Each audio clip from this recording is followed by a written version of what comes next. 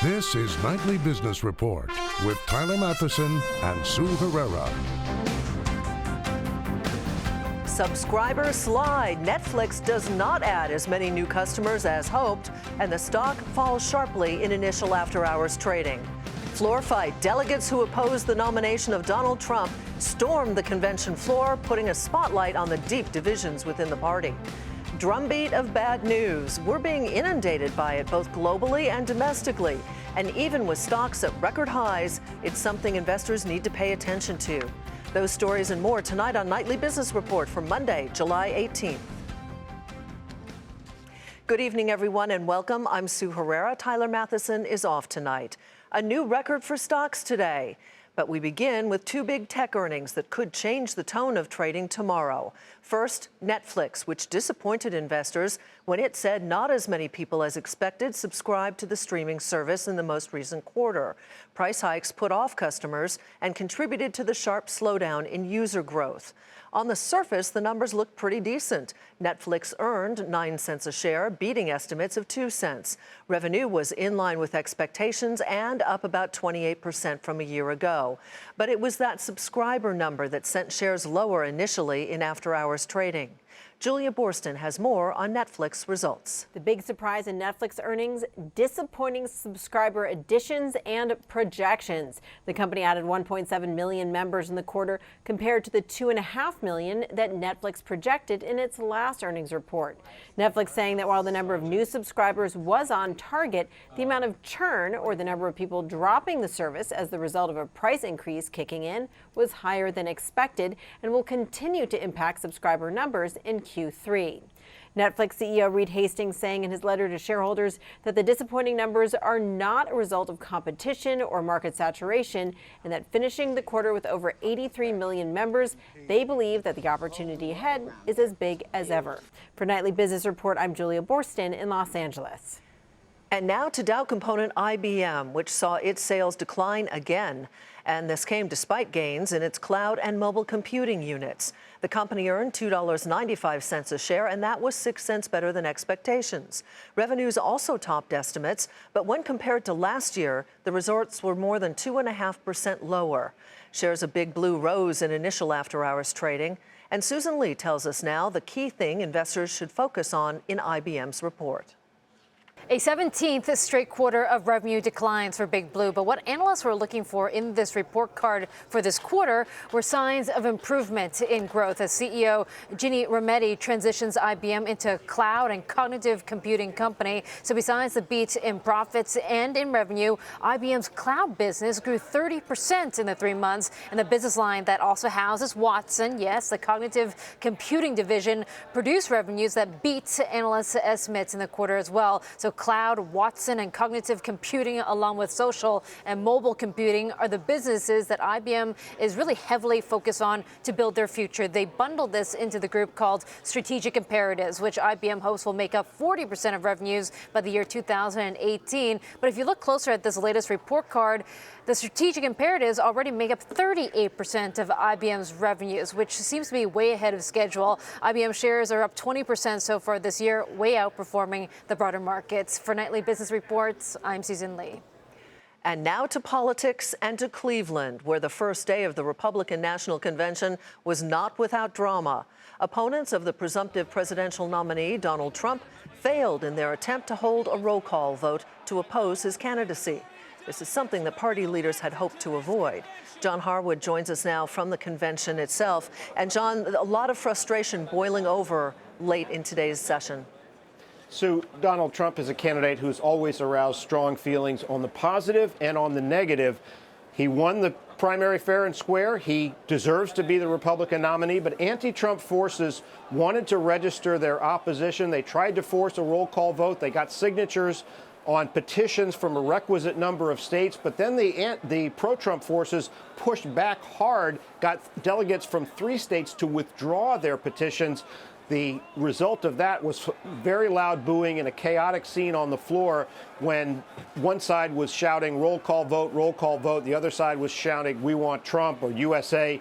Not what you want to see at a convention where the goal is to present a united front to the rest of the country. Does it, though, indicate that this is going to be kind of the business as usual, if you will, for this particular convention? There are a lot of issues that are dividing all of those delegates.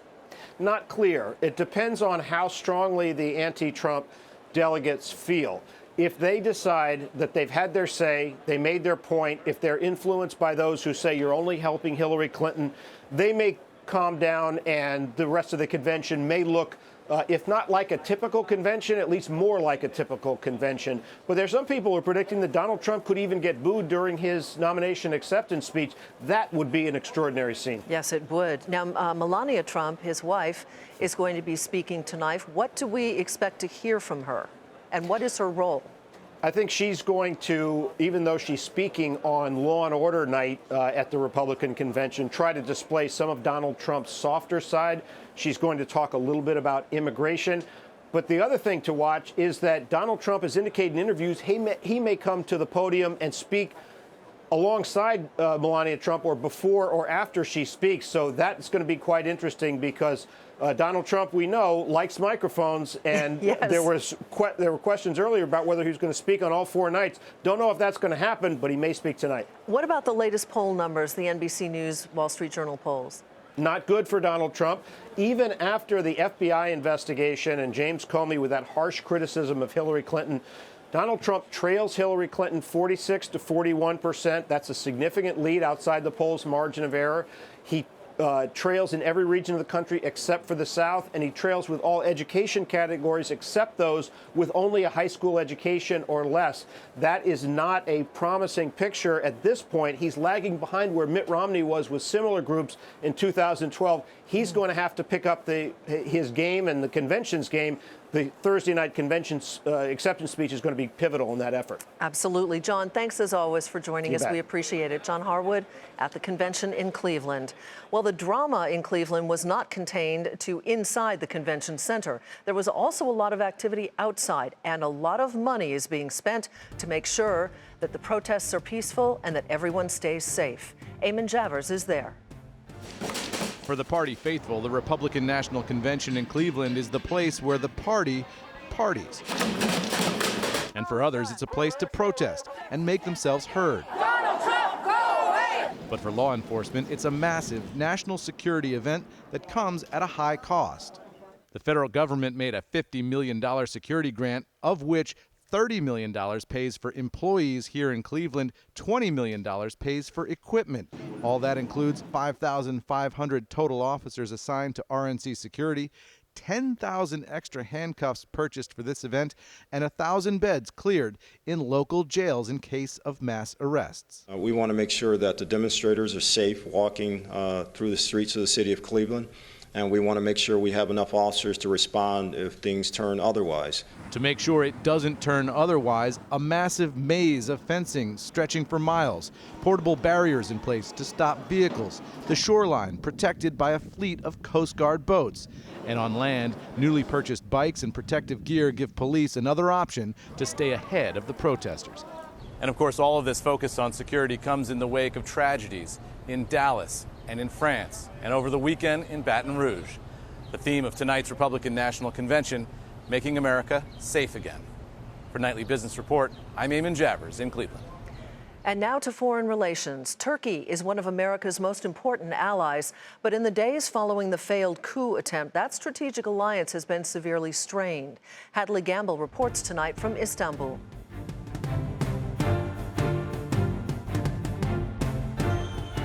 Just days after an attempted coup in Turkey, more than 7,000 members of the military, judiciary, and security services have been detained.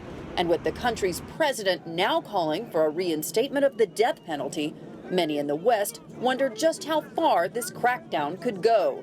A NATO ally, obviously, and a key partner to the EU.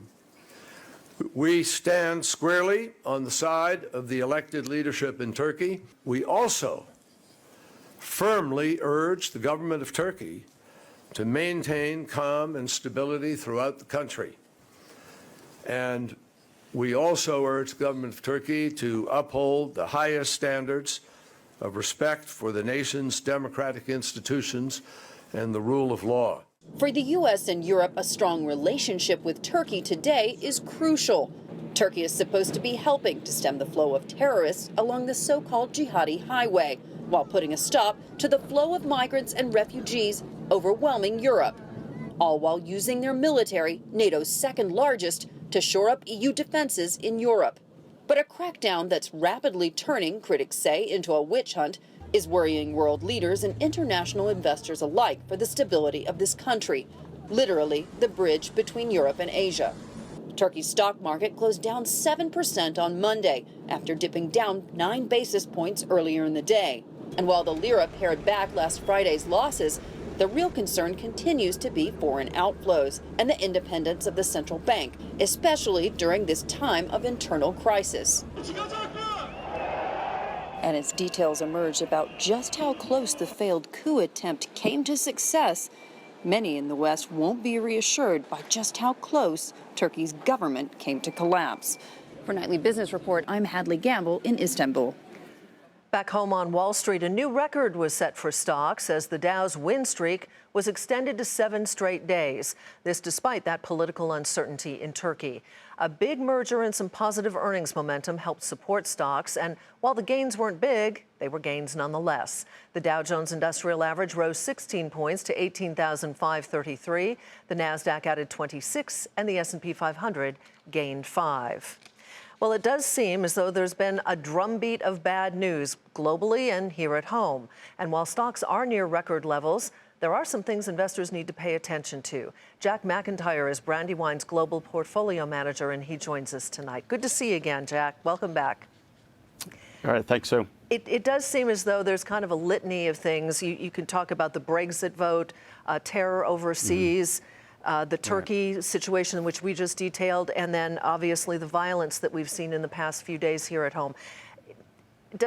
Is this a confluence of events that should normally upset Wall Street, or does it make our markets look better than other markets around the world?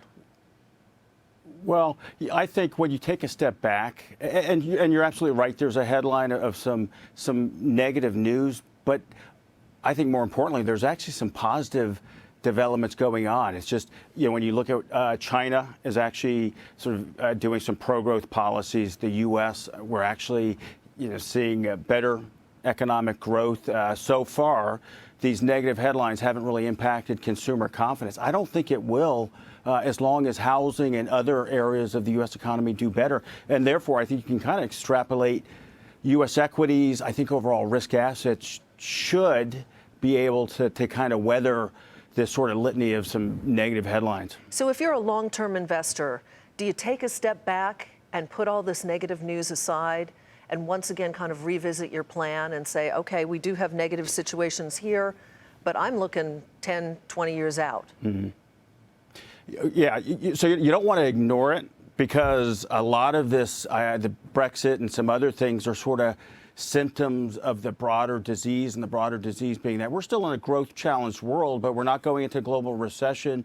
You always want to have in your asset allocation some things that are a little bit more defensive, that are going to hold up in a risk-off environment. We just don't think that you want to put your entire exposure in those types of assets. I mean, those are the ones that, for instance, U.S. Treasuries, I think they're overvalued. We've seen yields back up a little bit. I'm focusing on Fed policy, global monetary policy.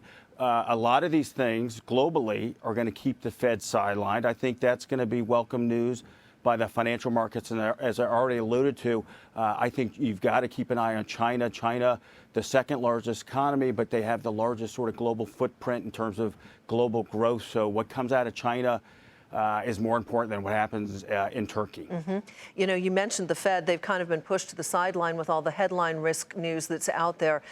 What camp do you fall into? Do you fall into the one and done camp in terms of raising interest rates? Or are you with those who say we're not going to see an increase in interest rates till next year? Yeah, I'm probably in that latter camp. I think the Fed, they're going to go slow. I mean, this is a rate tightening cycle, but it's, they're going to go and stay sidelined for quite a while. The last FOMC, or the minutes, they talked a lot about global development. So as long as we have some of these global issues, and again, when you look at Brexit, I mean, it's off the sort of limelight, but we still know there's some uncertainty around that. But again, I think it's going to keep the Fed, sort of on hold until they see a little bit more sustainable inflation pressures. On that note, Jack, thank you very much for joining us. Jack McIntyre with Brandywine Global. And still ahead, why home builders surprised pretty much everyone. Their latest read on the market is coming up.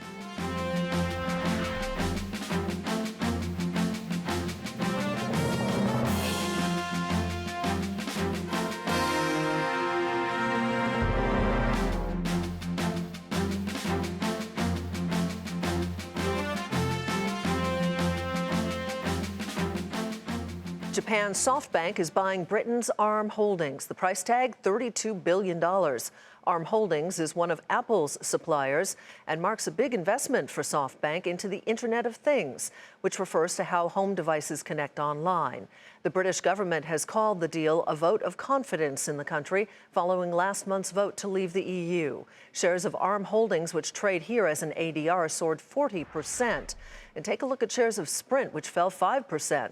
SoftBank owns nearly 85% of that company, and investors are interpreting the acquisition of Arm as a sign that SoftBank is not planning to invest more money into Sprint. An earnings miss for Yahoo, highlighting the struggles the internet company faces. But there was some positive news as well. Revenue beat expectations and was up about 5% from a year ago. These results come almost 4 years to the day that Marissa Mayer was named chief executive, with the goal of turning the company around. Shares were volatile in after-hours trading. The bigger question, though, for investors about the future of the company is Yahoo is closing in on the final bids for its core businesses. Scott Kessler with S&P Global Market Intelligence follows Yahoo, and he joins us now. Good to see you again, Scott. Welcome back. Thanks a lot, Sue. Let me start with asking you whether you think Melissa Mayer has succeeded in her mission of helping to turn the company around. The answer, in short, is no. She's been with the company for 4 years. And look, when she joined, I think she attracted a lot of interest and generated a lot of enthusiasm and excitement. But 4 years later, we're looking at essentially a no-growth company with declining fundamentals on a trend basis. So if you look quarter to quarter, sure, you could see some upticks. But the reality, I think, according to all accounts, is that Yahoo is challenged at best and problematic at worst. And I think that, like we predicted for the beginning of this year, she will no longer be the CEO of Yahoo by the end of this year. All right, hence the auction that's coming up. Who do you think, or what are the odds in your book as to who will win this auction? So what's interesting, in our opinion, is that Yahoo, interestingly, has said very little on this subject. Nonetheless, unconfirmed reports have indicated multiple suitors, timelines, and expectations for what's going to happen next. Our view is that a major U.S. telecommunications company is likely going to be the prevailing suitor for Yahoo. They are most obviously interested. They're most obviously resourced, meaning having balance sheet and company size and strength. And I think most importantly, have the will to kind of take on what obviously is a pretty substantial challenge. So where does that leave, once the bids are in and the decision is made and it's awarded, where does that leave what's left of Yahoo? Well, what's interesting is a lot of people have been talking about, well, how much will the core operations of Yahoo be valued at in the context of a transaction, and whether you include patents and real estate.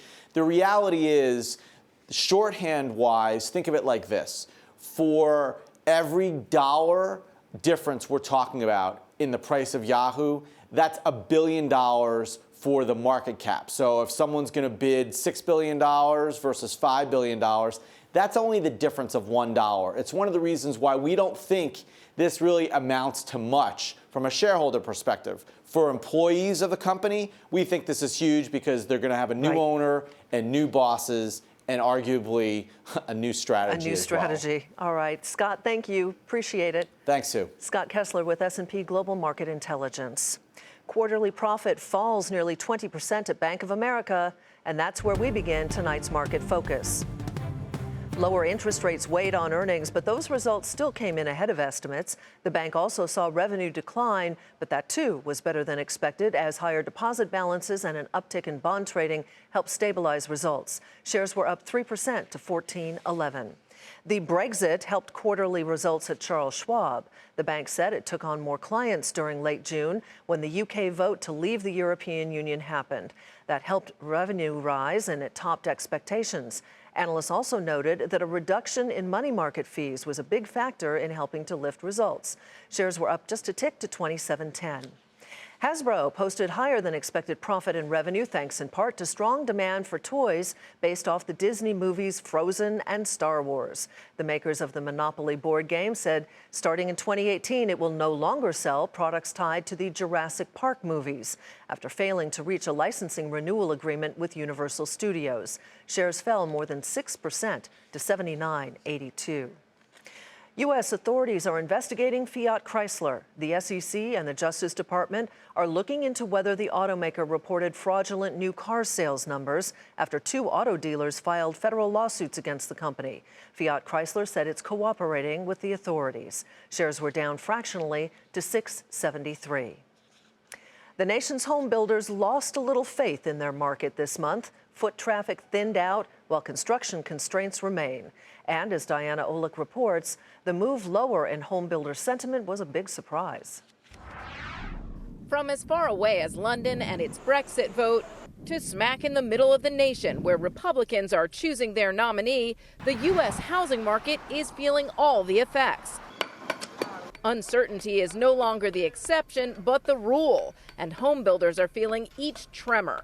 A monthly reading of builder confidence dropped unexpectedly in July. Home buyers are as skittish as everybody in the world is skittish right now. It's not just the political landscape, it's the geopolitical landscape. With the 24-hour news cycle, people all over the world are aware of what's going on. That has to impact everybody, including prospective home buyers. Builder confidence is still in positive territory, but it hasn't moved much since January, despite spring being the busy season for housing and builders especially. Besides consumer uncertainty, builders are still stymied by land and labor issues, as well as increased regulation, especially out west, where Tri-Point Homes does much of its business. When you're dealing with those type of headwinds, it causes, it doesn't allow you to generate as much housing and develop as much land as quickly as you like. It just takes longer. Over time, it'll get done, but it just takes longer. Bauer says Tri-Point is uniquely positioned with 17,000 lots ready to build in California. But builders nationally reported a slight drop in current sales and buyer traffic, according to the monthly survey. Their sales expectations over the next 6 months dropped even more significantly. Home buying, it does have a certain amount of confidence factor to it. And so, what happened in Britain and the political uncertainty of going through this election cycle, it was a pretty warm late June in a number of the southwestern markets. So sales kind of tailed off a little bit. Builders are benefiting from the lack of supply of existing homes for sale, but newly built homes like this one, well, they're pricier than their existing counterparts. Even low mortgage rates are not making up for that premium in an economy where home prices are rising far faster than incomes. For Nightly Business Report, I'm Diana Olick in Washington. Coming up, how the nation's biggest energy-producing state weathered the storm of low oil prices and is now an economic success story.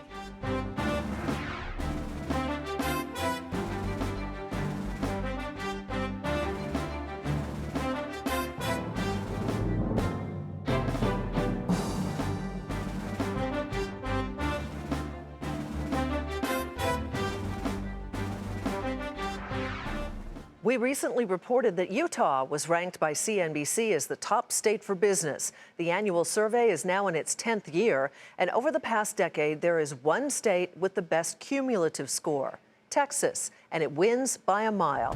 Scott Cohn reports.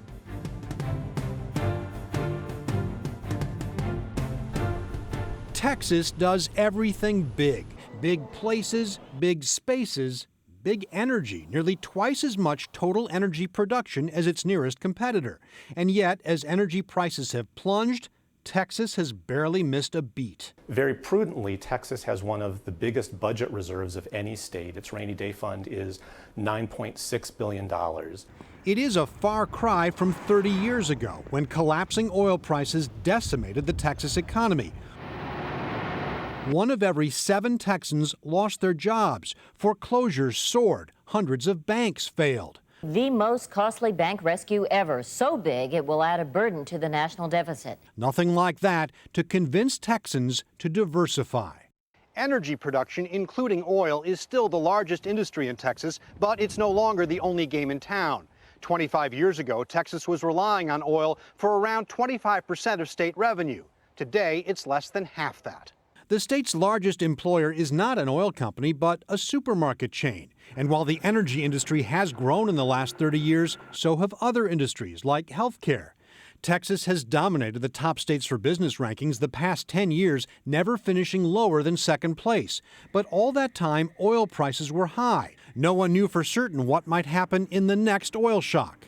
Now they know. While the state's revenues are down in the current fiscal year following very strong growth coming out of the recession, the economic strength of those other parts of the states have mitigated how severe the drop might have been. But the story may not be over. The oil slump is less severe than the 80s, and no one knows for certain how long it will last. That means the state could still face fiscal pressures for some time to come. But for now, Texas is meeting the challenge in a big way. Scott Cohn, Nightly Business Report, San Antonio, Texas. And that does it for Nightly Business Report for tonight. I'm Sue Herrera. Thanks for joining us. Have a great evening, everybody. We'll see you right back here tomorrow.